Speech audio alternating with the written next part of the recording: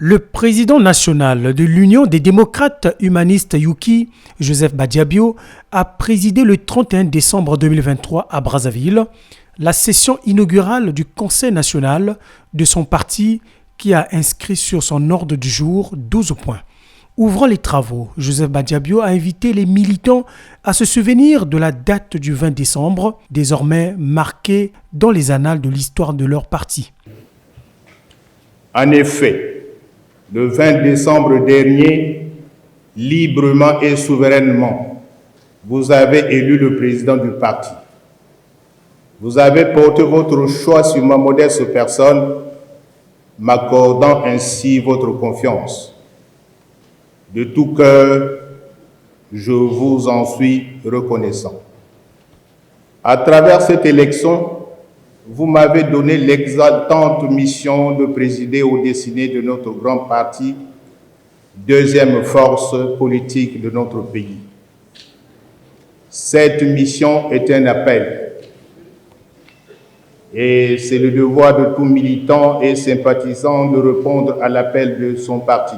Joseph Badiabio a informé les membres du Conseil national qu'il nouait avec eux un contrat inscrit dans le cadre de l'épanouissement du parti. Désormais, ici à la tête du parti, je me tiens devant vous, membres du Conseil national, pour nouer avec vous un contrat. Un contrat que j'inscris dans le cadre de l'épanouissement, de la dynamisation ou de la reconstruction de la restructuration du parti. Au moment où nous avons sorti notre parti des guerres intestines inutiles, nous allons y travailler pour atteindre les résultats escomptés. Ce contrat sera adossé au plan parfait pour le redressement du Congo ainsi que le PPRC que nous allons sans doute adapter à la donne actuelle. Il s'agit pour moi de m'inscrire dans la continuité de l'œuvre du docteur Guy Brice Parfait Kolela sans jamais m'écarter. Car il a été et reste pour moi et pour nous tous notre frère et notre mentor. Le président national de l'UDH-UKI a en outre rappelé devant les membres du Conseil national les axes prioritaires devant guider son action à la tête de l'UDH-UKI. Durant la campagne électorale pour la présidence du parti, je vous avais présenté ma vision en 12 engagements.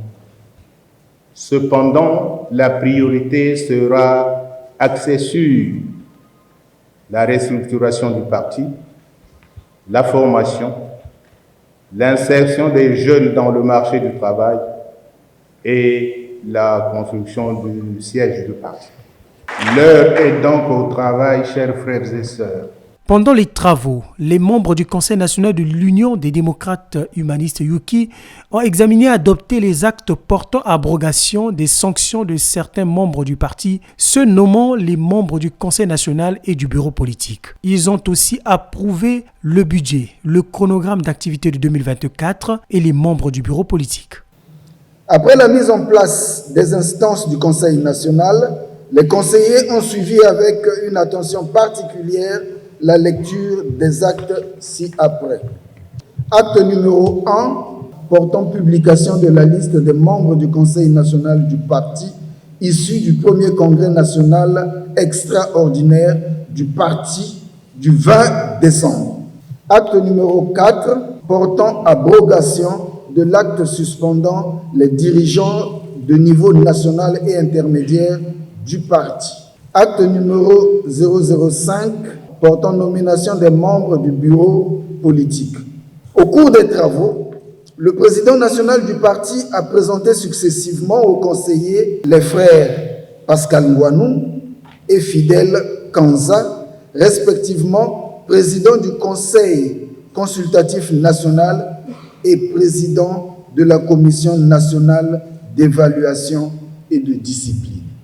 Clôturant les travaux de ce conseil, le président national de l'UDH-UKI a invité les militants à prendre le train en marche car les instances de ce parti de l'opposition sont désormais mises en place.